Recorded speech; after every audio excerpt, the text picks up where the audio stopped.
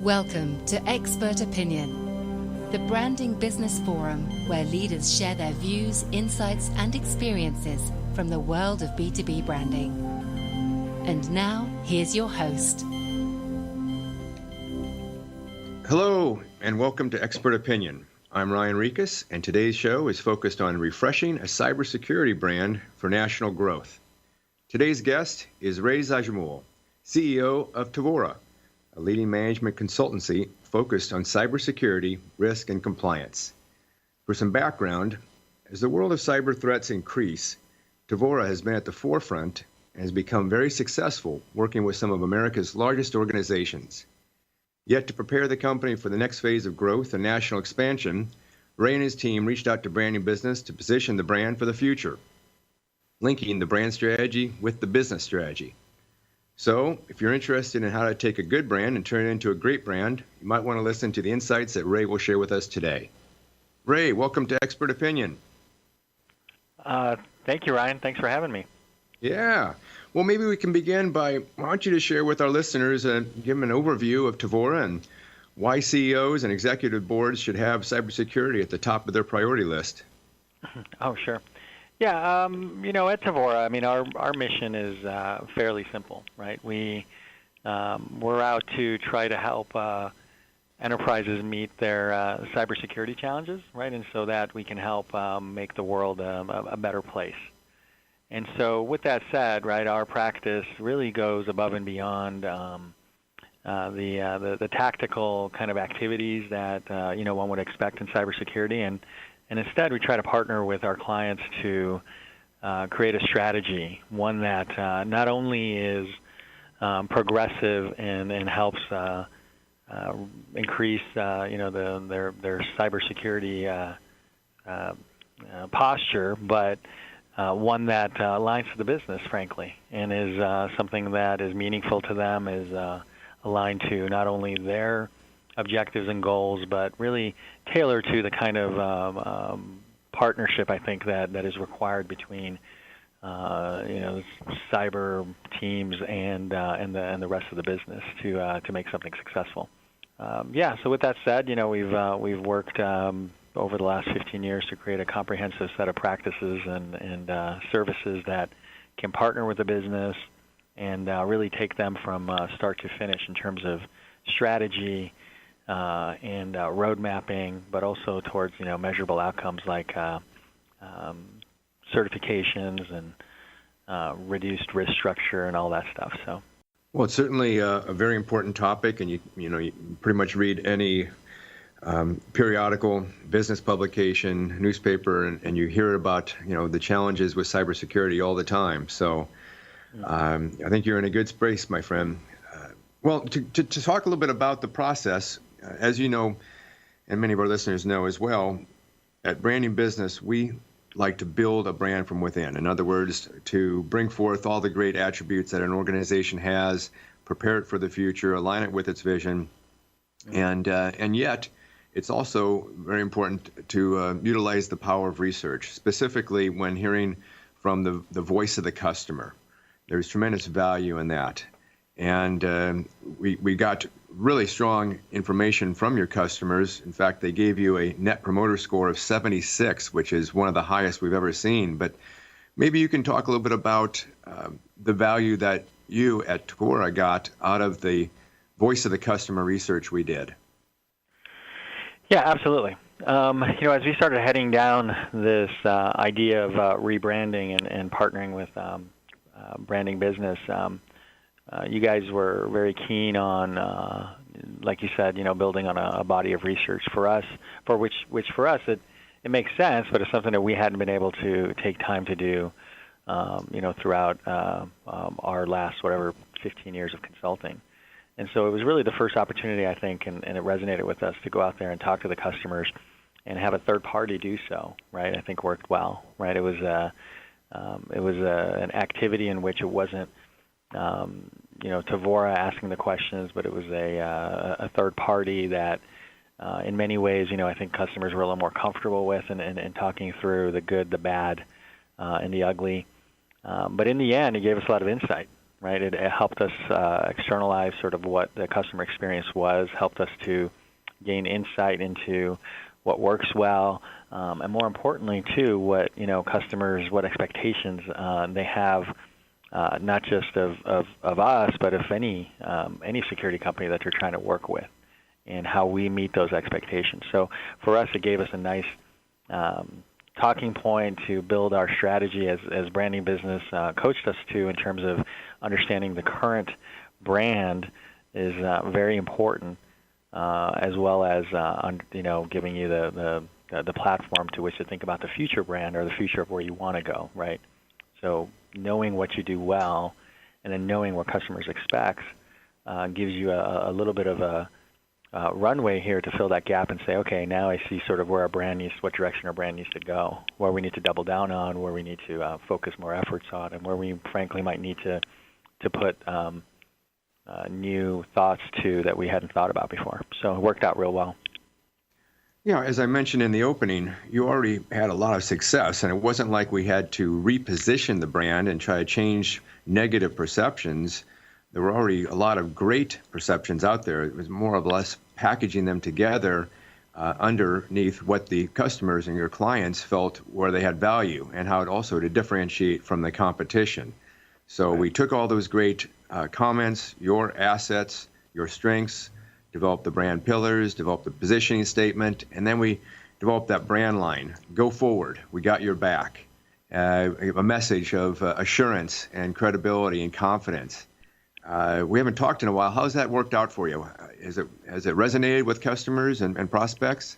Yeah, absolutely. It has. So as we went through the process with you guys, so the outcome, just to kind of reiterate, was a brand strategy that, the center and core of it was this idea of partnering with a company or partnering with a client in a way that made them feel secure that their strategy or their execution was going to get done and get done correctly. And so the tagline "Go forward, we've got your back" has not just resonated with our customers, but our employees as well. Right? It's through and through. It's easy to look at. It's easy to understand. It's easy to repeat.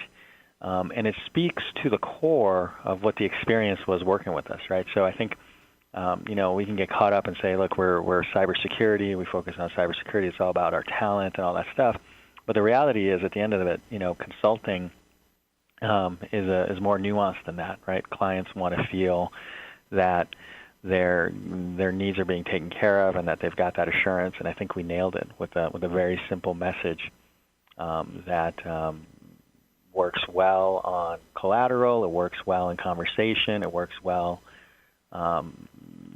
standalone. It works well in context with other stuff. We've got a lot of mileage out of that simple statement, which is I think a testament to getting right to the core of what a customer is looking for.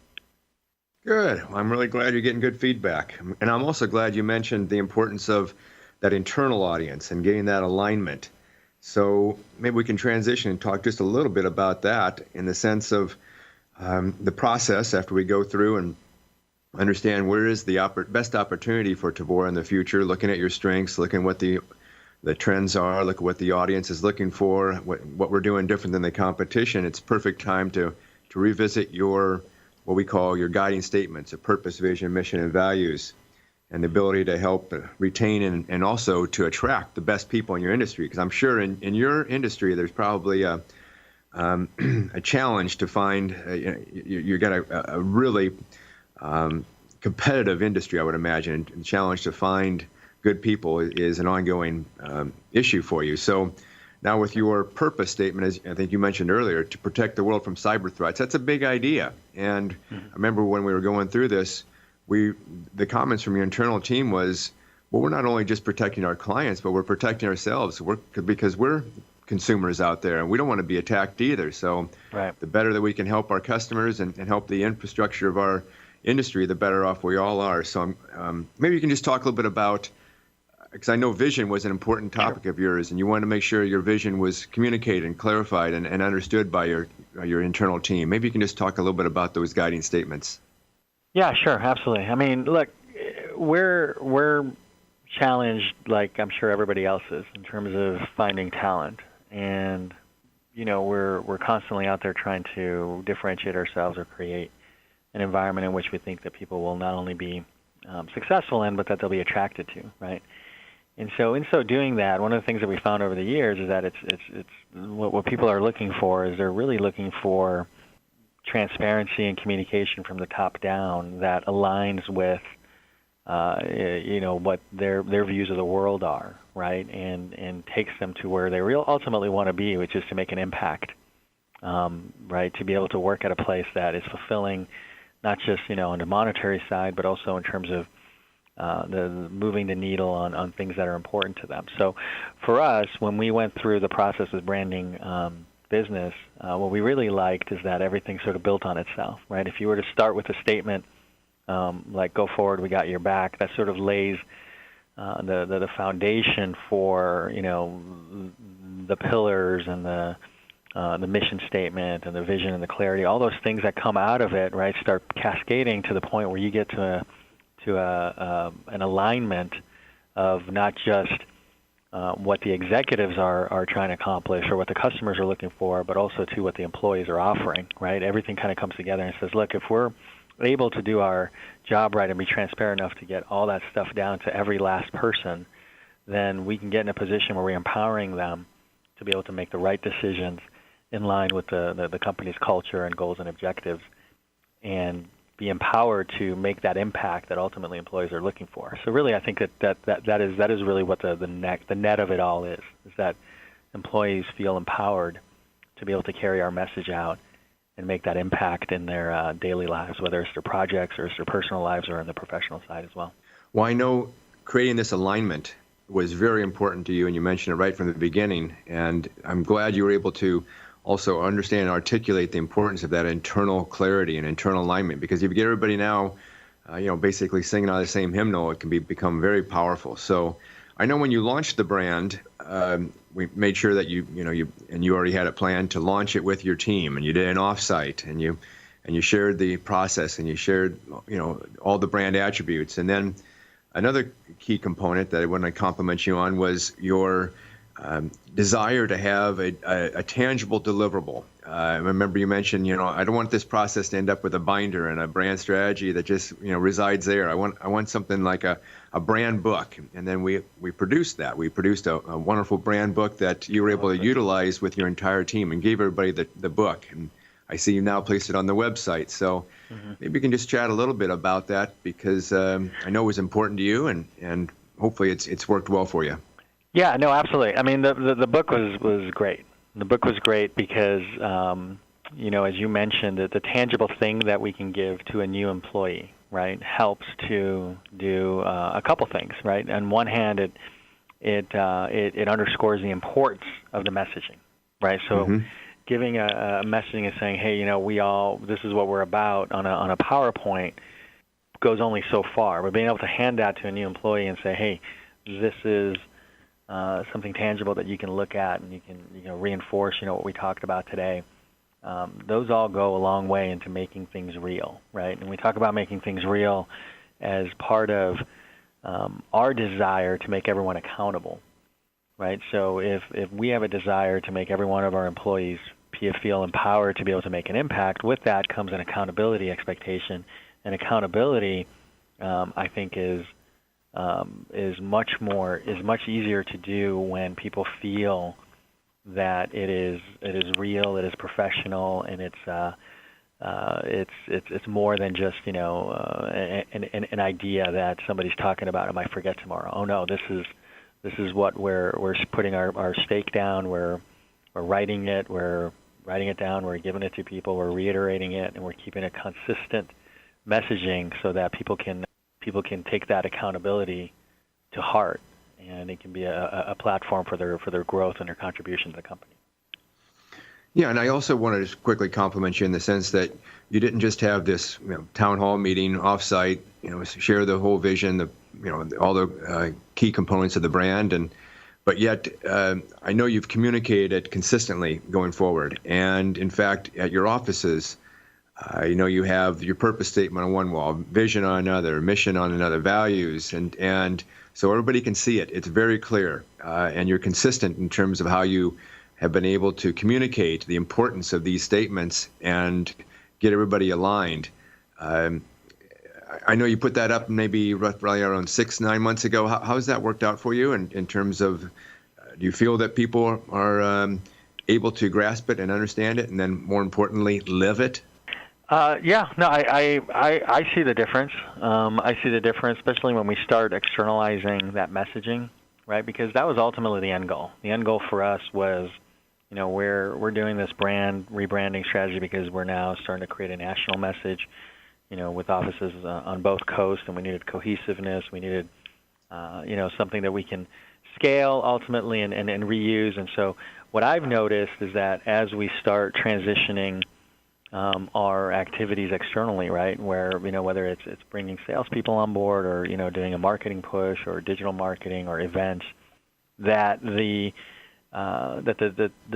devil being in the details and the decisions that are made between those different teams as they go through and do that is much easier when everyone's on the same page and is making the same kind of consistent approach, right? So for us, it's been just a matter of life or death, right? Being able to scale in this way, we had to kind of get there, and we're seeing the fruits of our labor.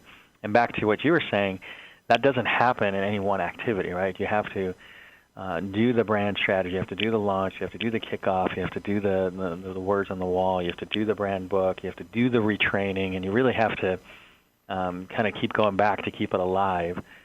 And it pays off. It pays off in small little things here and there, but ultimately it gives us the opportunity to scale like we have been in the last few years. Good. Well, talking about refreshing the brand, some people still get confused of a brand being the logo, and I know we ultimately evolved your identity, and I think we really focused on trying to communicate a brand that could take you into the future. And I remember the brand personality attributes that we looked at were a firm that's savvy, one that provides assurance, one that's personable. And we were able to develop, I think, an identity, not just a logo, but an identity system that visually communicates everything that your brand stands for. And I know it was important not only to do that for the business and the customers you had today, but also for where you're going in the future and establishing Tevora in New York City, which is a very competitive marketplace. So maybe you can chat just real quickly about how to take a traditional West Coast brand and introduce it to the East Coast. Yeah. Well, I would go back to a couple things, right? Okay. One is when we first did our logo 15 years ago, right? It was done in a vacuum, right? It was done based on pure aesthetics. When we did our logo with you guys, it was done out of research. And one of the things, and that research being, like you said, it was the interviews with our customers, it was the interviews with our employees, and it was also, industry research and things that, we didn't take advantage of the first go around. What that translated to me was that it wasn't not just necessarily the logo, but it was how we presented the logo, right? So as we presented it internally, we weren't just simply throwing a logo and a design aspect up. No, we took that research, we described, what went into it and what the outcomes were and how those were applied to the logo and what the logo meant. And so I think that was a huge win. Because now we have, as you said, a logo system, a system that obviously is going to be used on all our collateral, but we had a direct connection. We have now a direct connection with the meaning and the employees that are part of this, right? The meaning of the logo, the employees that are part of this, and then the collateral that comes out of it, all goes towards building that impetus to carry the brand out. How that translates on an East Coast basis. What I think it does for us is it takes a lot of the guesswork out of it, right? It's hard enough to open a new market. It's hard enough to get out there in front of people that haven't heard of you without having to have vagueness and inconsistencies and discrepancies on how and why and what you guys do. So being able to take that off the table and say, look, everyone understands this logo, understands this messaging. There's rhyme and reason why we do it, and it supports the ultimate goal in the brand. Hey, that's a win, right? Now the guys can focus on getting that messaging out there rather than trying to figure out what the messaging is. Well said. Well, Ray, we're almost out of time. 20 minutes goes by fast. So I guess just any final thoughts or insights you'd like to share with our listeners on the process of refreshing your brand that hasn't been said yet? The only thing I'd say is, as an entrepreneur, right, it was tough for me to get my head wrapped around needing to do this.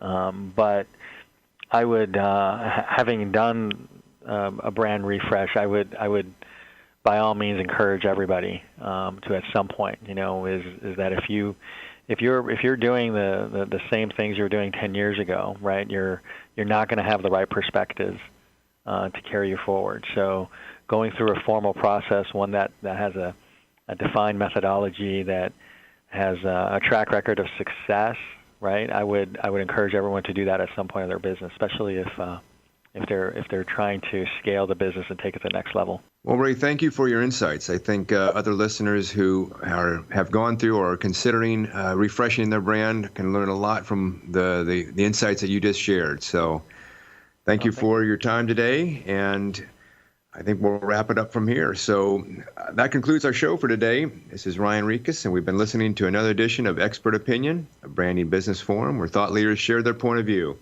If you'd like to listen to past shows or read our blog series, visit brandingbusiness.com. And until our next show, grow your business by living your brand promise.